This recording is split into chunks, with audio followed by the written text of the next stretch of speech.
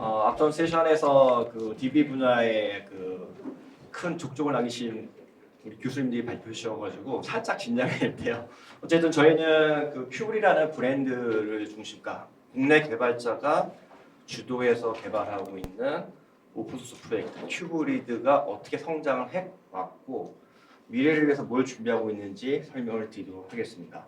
일단 시작하기에 앞서서 먼저 말씀드릴 것은 뭐 많이 들었던 얘기긴 하신데 이제 물컵에 물이 반이 차 있는데 어떤 시각에서 보면은 물이 반밖에 안 차 있다 이렇게 생각하실 수 있는데 또 반대 시각으로 보면은 물이 반이나 차 있구나 이런 관점에서 들어주시면 좋을 것 같아요.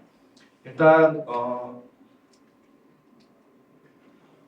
저희 큐브리드는 아까 좀 전에 김명현 교수님이 말씀하신 원래 저는 유니에스케 언급 안 하려고 했는데 원래 그 유니의 처음 시작은 유니 SK라는 브랜드였고요. 김원 박사님 파운더시죠.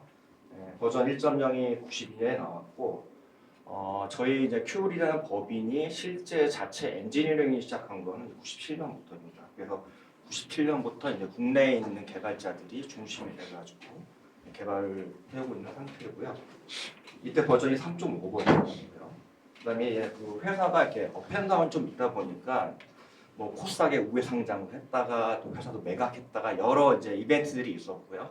어쨌든 간에 2006년도에 회사명하고 제품명을 기존 유니SQL에서 큐브리드로 변경을 합니다. 그때 6.4 버전이었고요. 이때까지는 저희가 기존의 오라클처럼 소위 말하는 클로즈 소프트웨어 비공개 소프트웨어의 상용 라이센스 중심의 비즈니스를 전개하다가 2008년에 그 네이버가 저희 회사를 인수했습니다. 네이버가 저희 회사를 인수하면서 오픈소스로 전환을 해요. 왜냐하면 어차피 큐브리드라는 브랜드 자체가 어차피 그 마이너한 브랜드이고 그다음에 어떻게 보면은 경쟁력 측면에서 좀 이제 뒤지다 보니까 기존의 어떤 게임 규칙, 뭔가 그 기존의 클로즈된 상태에서 소수의 사용자만 쓰고 뭔가 라이센스 비즈니스 하는 걸로는 뭔가 성장하는 게 한계가 있다 싶어가지고 이제 오픈소스 전환합니다. 사실 네이버가 인수하지 않았으면 사실은 오픈소스 전환을 하기는 어렵겠죠. 이때 버전이 8버전이고 이때부터 이제 오픈소스 정책 전략을 계속 고사하고 있는 상태입니다. 9, 10 있었고요. 10 버전까지는 저희가 이제 처음에 그 오픈소스 전환할 때 라이센스 검토를 많이 했었고 GPL을 저희가 채택했습니다. 그래서 수정 배포시 소스 코드를 공개하는 방식으로 라이센싱을 하다가 저희가 11 버전부터는 아파치 2.0 버전으로 변경을 합니다. 그래서 굉장히 그 자유롭고 퍼미시브한 라이센스를 변경을 했습니다. 그래서 지금 최신 버전은 11.4 버전이고요. 지금 내년 말에는 11.5 버전을 출시할 예정입니다. 사실 거의 한 30년 정도의 역사를 하나의 장표로 정리를 하긴 했는데 요새 사실은 굉장한 이벤트들이 많이 있었고 희로의 날이 많이 있었던 건 사실입니다. 참고로 저는 그 99년에 이 회사에 경력으로 입사해가지고 2008년에 이제 네이버가 인수할 때 제가 그때 그 당시 제가 부장이었는데 이제 저보고 이제 대표에서 맡으라고 해가지고 그때부터 이제 리더십을 가지고 오고 있는 상태입니다. 당연히 2008년부터 저희가 오픈소스 전했기 때문에 이제 당연히 이제 GitHub라는 플랫폼을 이용해서 개발을 하고 있는 상태고요.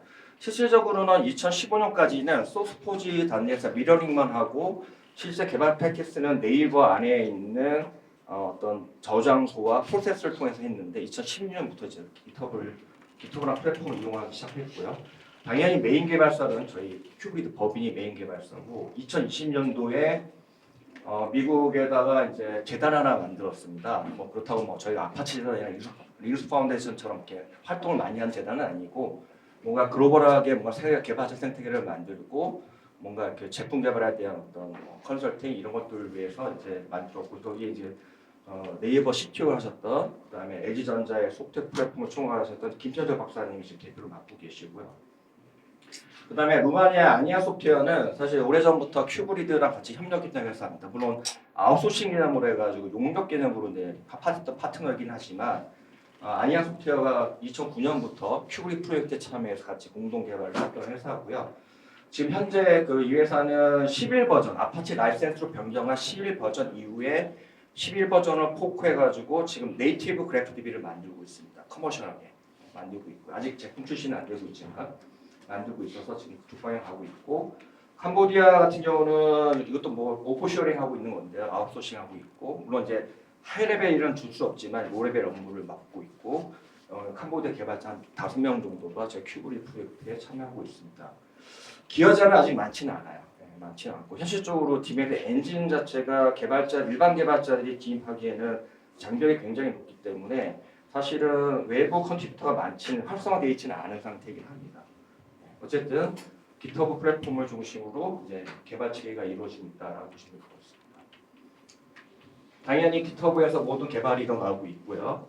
PR도 다 일어나고 있고, 그다음에 이슈 관리는 지라를 통해 관리하고 있는데 이 지라 사이트에 가시면은 현재 어떤 이슈들이 올라와 있고 어떤 이슈로 해결되어 있고 어떤 이슈들이 어느 버전 CP될 건지가 다 나와 있습니다. 우리는 큐브리드는 굉장히 뭔가 개방 정책을 좀 갖고 있어가지고 모든 걸 다 공개하는 방식으로 가고 있고, 실제로 저희는 듀얼 라이센스는 아닙니다. 소위 말하는 엔터프라이즈 버전이 따로 있지는 않고 오픈 소스 버전만 갖고 있고 모든 어떤 개발 로그나 이슈들은 다 공개가 되어 있다 이렇게 보시면 될 것 같습니다. 예를 들면 마이스QL 같은 경우는 2010년에 오라클이 인수했지만 물론 썸마이크로소프트 먼저 인수하긴 했죠. 실제 GitHub에는 GitHub 미러 사이트 역할만 하고 있고 실제 내부 개발이나 리뷰나 뭐 병합, 코드 병합 이런 것들 실제 내부에서 다 하고 있어서 실질적으로 마이스QL 같은 제품 출시되면 어떤 기능이 들어가는지는 알지만 각각의 어떤 체인지 로고 자체를 볼 수 있는 상황은 아니에요. 근데 큐브리드는 사이트 들어가시면 실제 코드 랩에서 로고가 다 남아 있기 때문에 실제로 다 볼 수가 있는 상황. 예, 뭐 기능을 뭐 일일이 말씀드릴 필요는 없을 것 같고요. 한 가지만 말씀드릴 거는 그런 겁니다. 어떤 과거의 경험과 기억에 앵커링 되가 현재를 바라보지 않으셨으면 좋겠어요. 사실 저희가 제품 되게 오래된 제품이긴 한데 과거에 뭐 사용해봤더니 뭐 불편했더라, 뭐 부족하더라 이런 기억들이 많이 계실 것 같은데 사실은 지금 기능적인 측면에서 많이 성숙되어 있는 상태고요.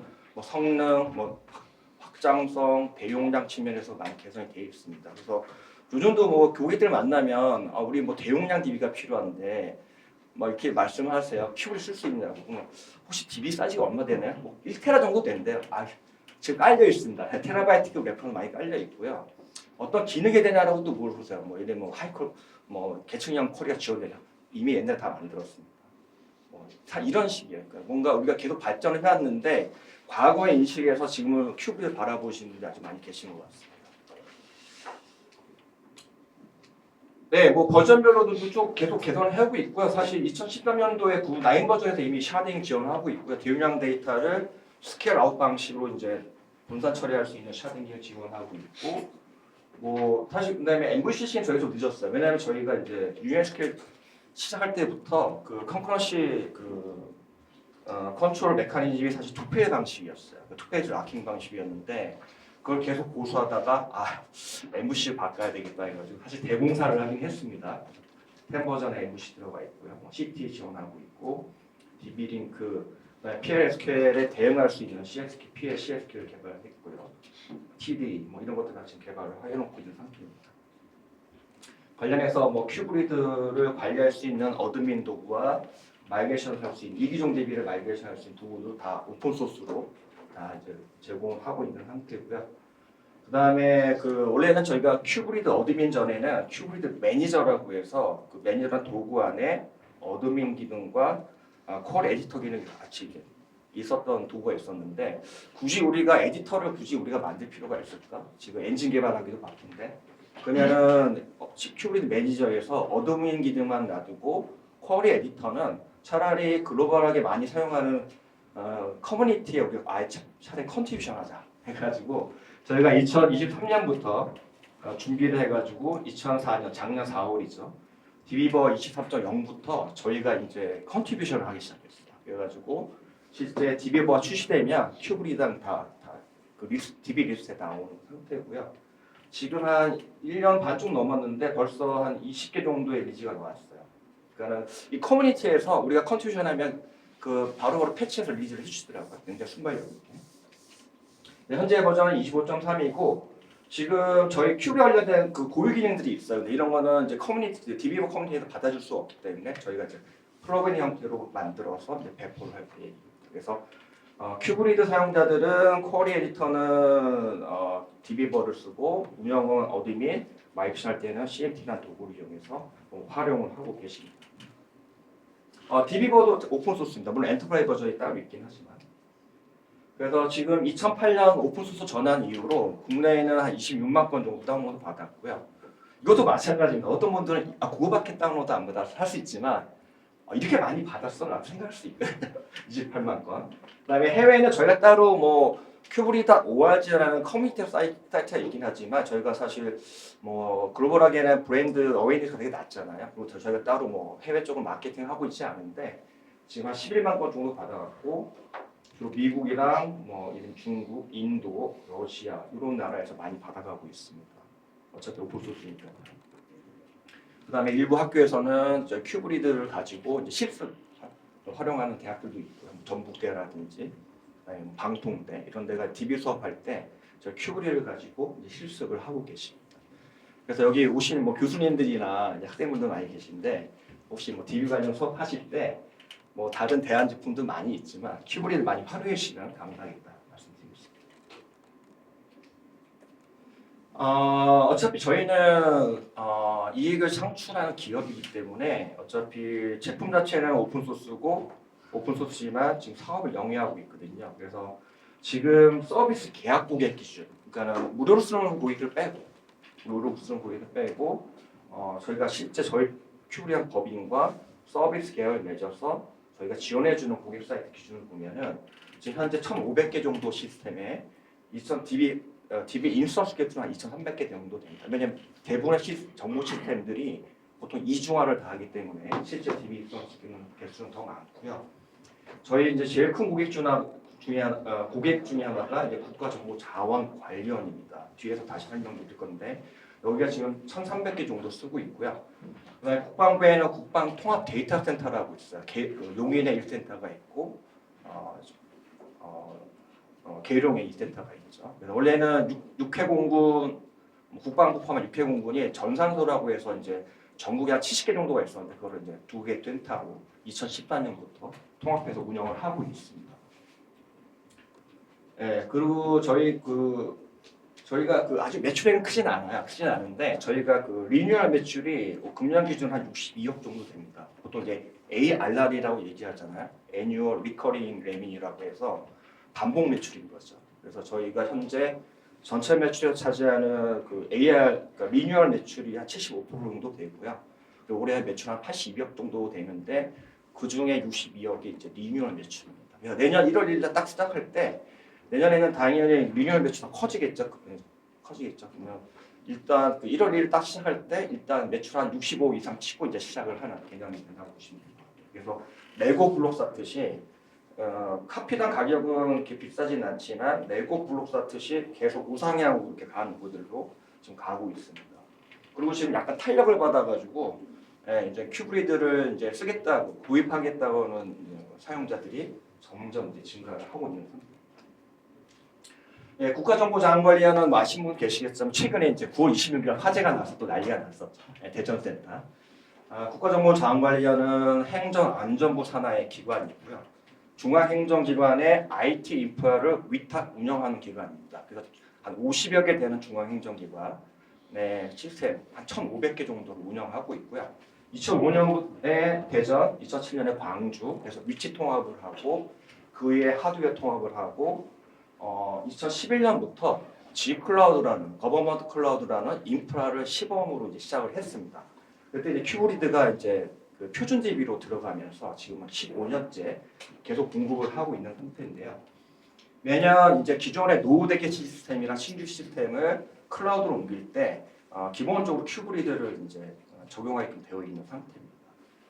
그래서 보시는 것처럼 X86 서버에 리눅스, 뭐 주요하게는 뭐 레드햇 엔터프라이즈 리눅스가 되겠죠. 큐브리드 이런 식으로 속대 스택이 구성되어 있어요. 물론 큐브리드만 올라가는 건 아닙니다. 그래서 저희가 사실은 2011년부터 이제 국가정보자원관리에 진입을 했는데 뭐 당연한 얘기지만 주로 이제 3, 4등급 업부터 이제 진입을 했고요. 지금은 2등급, 1등급까지 지금 올라가고 있는 상태인데요. 사실 업무 개수를 보면은 이쪽 업무가 많아요. 이게 지금 대전 본원에 이제 화재 나서 난리가 났었지만 여기에 이제 정보 시스템이 총 700개 정도 되는데 실제 1, 2등급 업무는 개수만 보면 한 15%도 안 됩니다. 실질적으로 개수만 보면 3, 4등급 업무가 굉장히 많다라는 거죠. 근데 그럼에도 불구하고 제품이 좋아지고 제품이 강화되면 2등급, 1등급 업무까지 치고 나가고 있는 상태이고요. 대표적인 업무 중에 하나가 온나라인데 그러다 보니까 저희 이제 G클라우드의 사용 현황을 보면은 뭐 사실은 저희가 절대적으로 많이 쓰고 있습니다. 85% 저희가 쓰고 있고요. 대전 센터에 한 900개, 광주 센터에 한 400개 해가지고 1,400개 DB가 지금 매일 돌고 있는 상황입니다. 또 하나 저희 회사 차원의 사업적인 관점에 보면은 온나라라는 사업이 저희 회사 매출에 굉장히 큰 기여를 했어요. 온나라는 업무 관리 시스템이라고 보시면 됩니다. 전자 결제하는 시스템. 이 온나라가 셧다운되면 공무원들이 일을 못해요. 이번에 대전에 화재 났을 때 공무원들이 일을 다 못했죠. 중앙행정기관의 공무원들이 일을 못하는 상황이 되어버렸는데 원래 온나라는 오라클 기반이었습니다. 오라클 기반이었는데 2015년도에 전자정보시험 지원 사업을 통해서 큐브리드로 이제 포팅을 합니다. 2.0에 하면서 중앙행정기관 전체 확장을 했고요. 그 다음에 2019년부터는 온나라 시스템을 클라우드용 온나라를 단독형 온나라라고 해서 이걸 다시 패키징 해가지고 전체 시도하고 시공에 깔기 시작했습니다. 그래서 작년까지 계속 순차적으로 열심히 깔았고요. 그래서 지금 중앙행정기관, 시도, 시공부 전체 온나라 시스템은 큐브리도 돌고 있다라고 보시면 됩니다. 그래서 저희가 이런 일들을 하기 위해서는 사실 여러 가지 일들을 해야 되는데 그 중에 하나가 이제 오라클 호환상이에요. 어차피 저희는 이제 따라가는 입장이다 보니까 오라클 그러니까 시장의 리더인 오라클 따라갈 수밖에 없는 상황이었고요. 그러다 보니까 오라클 호환성을 높이는 작업들을 굉장히 많이 했습니다. 물론 저희뿐만 아니고 뭐 TVL도 마찬가지고, 포스트그레스케일도 뭐 우리는 오라클 호환성 되게 높아요라고 많이 얘기를 하잖아요. 하고 있고. 당연히 아까 얘기한 CMP라는 도구를 통해서 어떤 뭐 스키마, 데이터, 오브젝트들을 다 자동으로 마이그레이션 할 수 있는 형태로 저희가 제품을 개발을 해오고 있는 상태입니다. 근데 저희가 아크레스건이 하나 있었어요. 그게 뭐냐면은 오라클을 이미 많이 사용하고 있고 오라클의 PL, SQL로 된 것들을 전환하려면은 큐브리드의 자바 SP로 변환을 해줘야 되거든요. 그러다 보니까는 소위 말하는 스위칭 코스가 많이 발생했어요. 그러다 보니까 고객 입장에서는 노후 대개체를 클라우드로 올릴 때 DB를 오라클 또 큐브리도 전환해야 되는데 스위칭 코스가 많이 발생하네. 이걸 해결해 주세요. 해가지고 저희가 11.4 버전에서 PL CSQL을 만들어서 제공을 하기 시작했습니다. 그래서 기존의 오라클의 PL SQL로 된 것을 그대로 큐브리드에서 재사용할 수 있는 형태로 해서 물론 이제 안에 있는 SQL이나 내장 함수는 변경해 줘야 되겠지만 그래서 오라클 레거시 했던 오라클을 큐브리드로 클라우드 기반의 큐브리드 전환할 때 비용을 스위칭 코스를 줄일 수 있는 형태로 계속 계산을 해왔습니다. 그래서 저희 보시면은 이게 이제 행안부하고 니아 한국지능정보사회진흥원에서 매년 통계 보고서를 발표를 해요.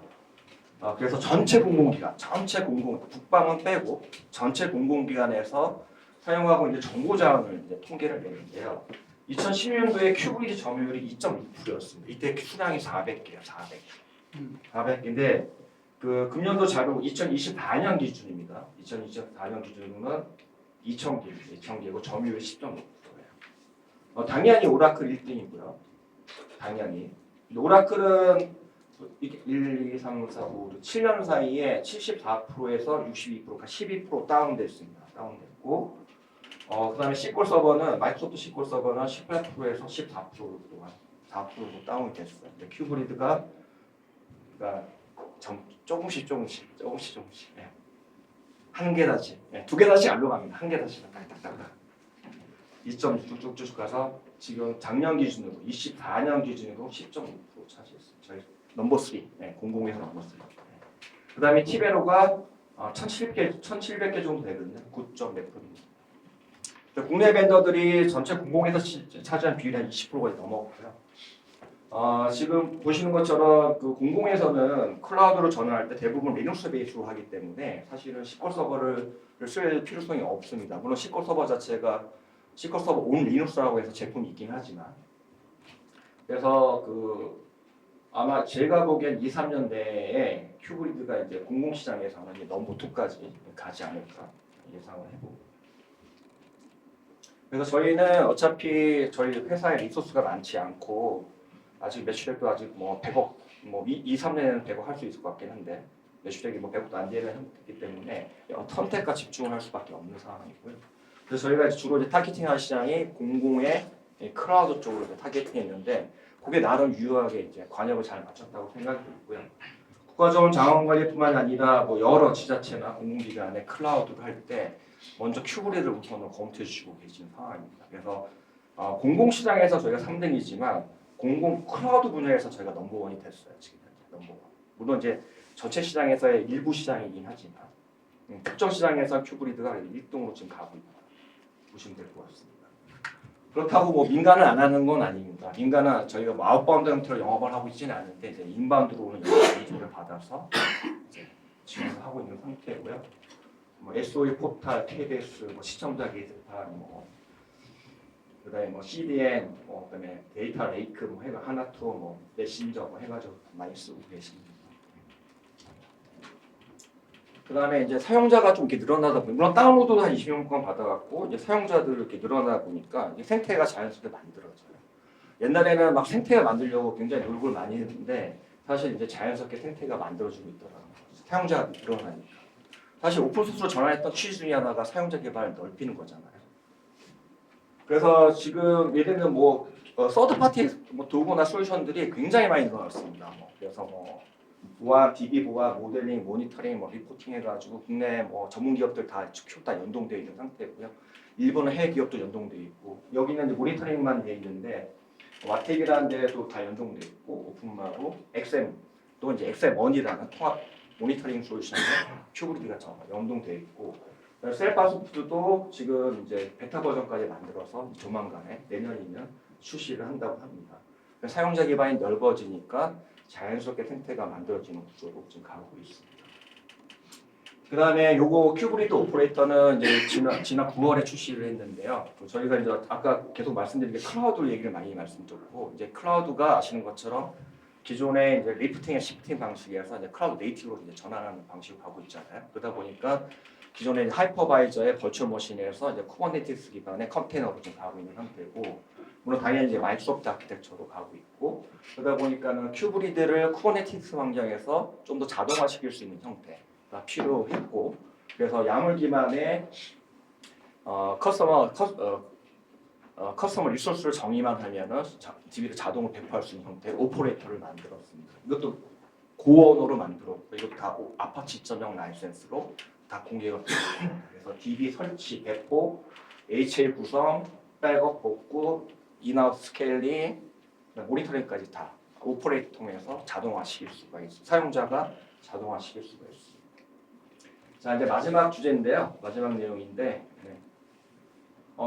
벡터리 DB 아까 얘기도 좀 나오고 해가지고, 저희가 이제 원래 국가 R&D 과제는 잘 안 하는데 재작년에 서울대 이상원 교수님 연락 주셔가지고 보니까는 이거는 우리 제품에 뭔가 플러스 알파가 되겠다 해가지고 이제 참여하기로 했고요. 다행히 수주가 돼가지고 지금 벡터 DB 개발을 하고 있는데 주관 기관은 디노티시아라고 아까 생소하실 겁니다.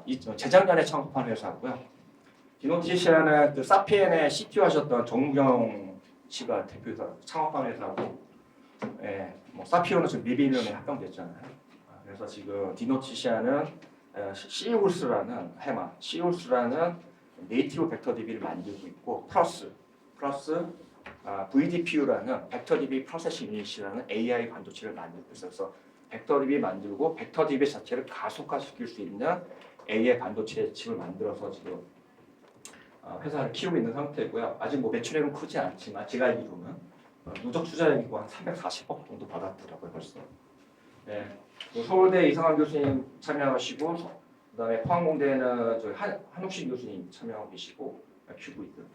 그래서 투트랙인데 디노치샤는 네이티브 벡터 DB를 만드는 형태로 가고 있고 큐브리드는 그 결과물의 일부를 큐브리드 엔진에다 애드하는 형태로 지금 작업을 하고 있습니다. 그래서 개발 기간 3년 반짜리 과제인데 내후년 말까지 진행될 예정이고요.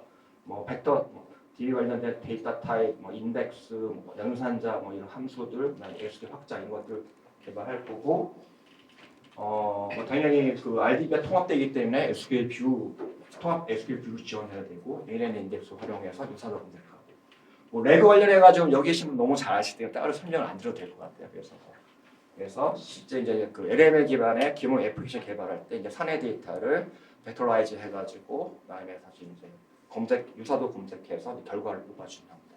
사실 지금 공공시장 보더라도 레그 사업들이 나오고 있어요. 그래서 기존의 비정형 데이터들, 예를 들면 아리한글 이런 것들을 파싱한 다음에 청킹하고 이걸 벡터라이즈 해가지고 실제 유사도 검색에 활용하는, 레깅하는 형태로 이제 사업들이 많이 나오고 있어서 아까 김영호 교수님 말씀하신 것처럼 뭐 파인코냐 이런 네이티브 벡터 DB 시장이 점점 커질 것 같은 예상이 들고는 있습니다. 네, 여기까지 발표를 마치겠고요. 사실은 저희가 되게 업력이 30년, 사실 저희가 엔지니어링 시작한 거는 이제 27년 정도 됐는데, 좀 있어 30년 되고, 사실 지금의 퍼포먼스를 보면은, 야, 그렇게 오랫동안 했는데, 지금 요 정도 퍼포먼스밖에 못 내나? 이렇게 생각하실 수 있을 것 같긴 합니다. 근데, 저는 이 게임 이론 중에 뭐 여러 가지 있지만, 그 중에 이제, 파츠라는 개념이 있잖아요. 그러니까 플레이어가 이 게임에 참여하는 플레이어가 누구냐. 그다음에 에디드 밸류, 각각의 플레이어가 갖고 있는 밸류는 뭐냐, 부가가치는 뭐냐, 룰, 규칙은 뭐냐, 태틱, 이 각 플레이어가 갖고 있는 전술은 뭐냐, 스코프, 이 게임의 범위는 뭐냐. 보통 이런 식으로 많이 게임 이론을 많이 보는데 저는 거기에 하나 추가해가지고 피리어드, 기간을 봅니다. 물론 30년 동안 이렇게 오면서 여러 어려움이 있었고. 뭐 성장통도 있었고 하지만 지금 현재 보면은 큐브리드는 우상향으로 가고 있고 그다음에 회사도 커지고 있고 어떤 오픈소스의 순수한 열정을 가지고 지금 사업을 전개하고 있고요. 뭐 제 세대에서 이 게임이 끝난다고 생각하지 않습니다. 제 후배들이 다시 바톤을 이어받아서 뭔가 긴 마라톤을 뛰는 형태로 해서 가다 보면은 언젠가는 국내 개발자들이 주도해서 만드는 제품이 지금보다는 훨씬 경쟁력이 있고 그 다음에 회사 규모도 훨씬 커지고 되지 않을까? 이런 꿈을 한번 꿔봅니다. 예. 마지막으로 저희 회사 매년 저기 R&D 연구원을 상시적으로 뽑고 있으니까 저희 회사에 관심이 있으시면 언제든지 지원해 주시고요. 병특도 가능합니다. 석사입니다. 예, 감사합니다.